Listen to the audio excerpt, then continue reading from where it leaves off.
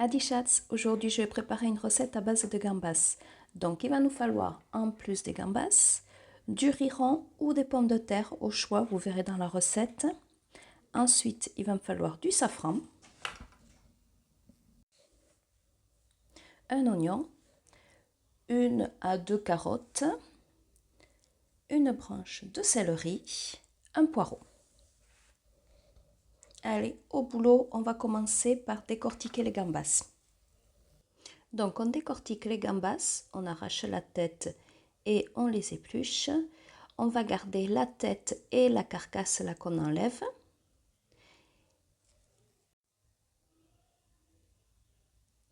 Et ensuite sur la queue, on va faire une petite incision au couteau pour enlever le petit boyau noir qu'il y a. C'est mieux parce que ça va éviter d'apporter de l'amertume à la recette. Voilà. Et on met la queue de côté et on continue pour toutes les crevettes. Bon, là je vais un peu accélérer, sinon on n'a pas fini.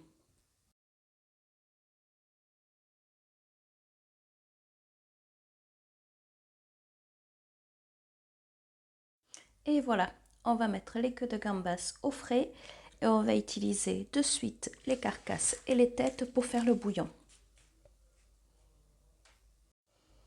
Donc, on va commencer par couper le céleri en morceaux et on va le rincer à l'eau. Ensuite, on va peler et émincer finement un oignon. Alors, je les pèle, je les coupe en deux là et je les pèle toujours sous l'eau. Ça m'enlève la petite pellicule transparente qui m'évite de trop pleurer.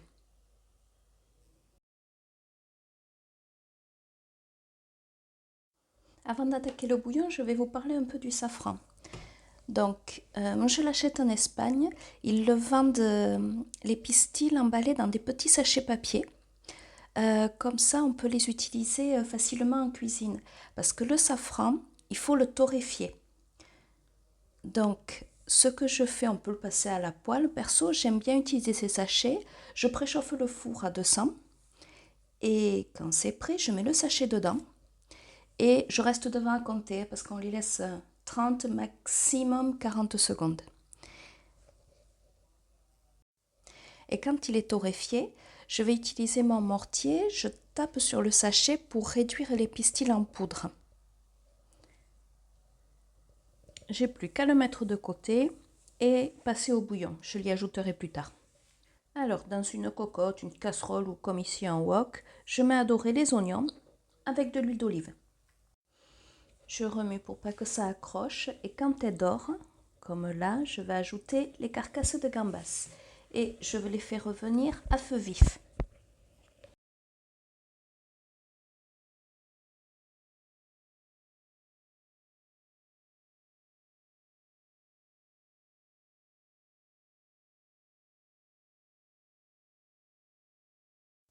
Maintenant que les carcasses se colorent, on va flamber à l'armagnac. Donc je me mets à porter un couvercle au cas où, j'éteins la hotte et je mets l'armagnac dans une petite casserole à faire chauffer un petit peu.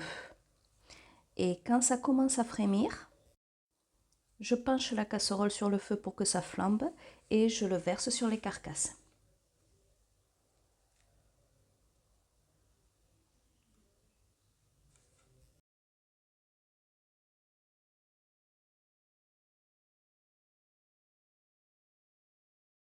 Joli spectacle quand même.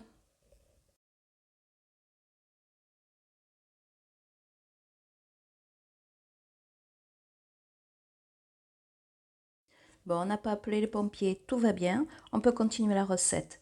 Donc quand c'est éteint, je couvre, pas tout à fait, de vin blanc et je le laisse un peu réduire, toujours à feu vif. Quand c'est réduit, j'ajoute le céleri, je couvre d'eau, puis j'assaisonne avec du piment d'Espelette, un cube de bouillon, j'utilise du Cubor, pour pas citer de marque, et un peu de gros sel. Je le porte à ébullition et puis je le laisse mijoter couvert à feu moyen 10 à 15 minutes.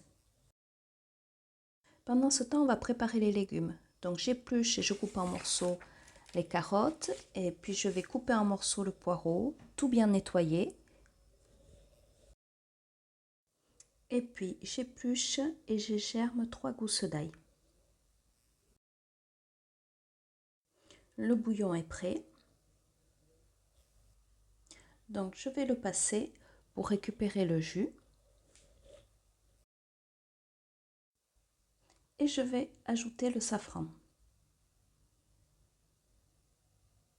Je mélange un peu et on peut passer à la soupe avec le robot Mocher Monsieur Cuisine.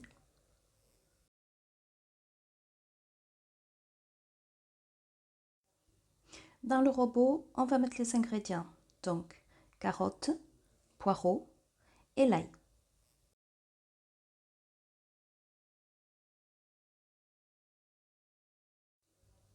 Pour les gambas, je vais en garder environ un tiers pour la fin de la recette et j'y mets le reste. Pour la consistance, en Espagne, il arrive qu'ils utilisent du riz. Donc là, j'ai testé, mais bon, je ne suis pas très habituée, donc je préfère utiliser des pommes de terre. Et ensuite, j'ajoute un peu de coulis de tomate. Plus qu'à couvrir du bouillon, fermer, et c'est parti pour une cuisson de 20-25 minutes. Quand c'est cuit, je goûte, je rectifie l'assaisonnement si besoin, j'ajoute un peu de crème liquide, je referme et je mixe. Allez, la dernière étape. Donc, j'ai coupé en morceaux les gambas restantes et je vais les faire revenir dans un peu d'huile d'olive. Je les assaisonne et ça va me servir pour dresser la crème.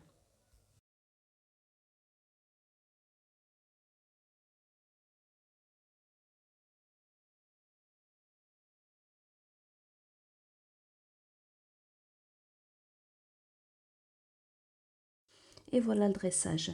Donc, j'ai mis ma soupe dans un bol. J'y ajoute quelques morceaux de gambas et il n'y a plus qu'à servir bien chaud et à déguster. Alors, bon appétit!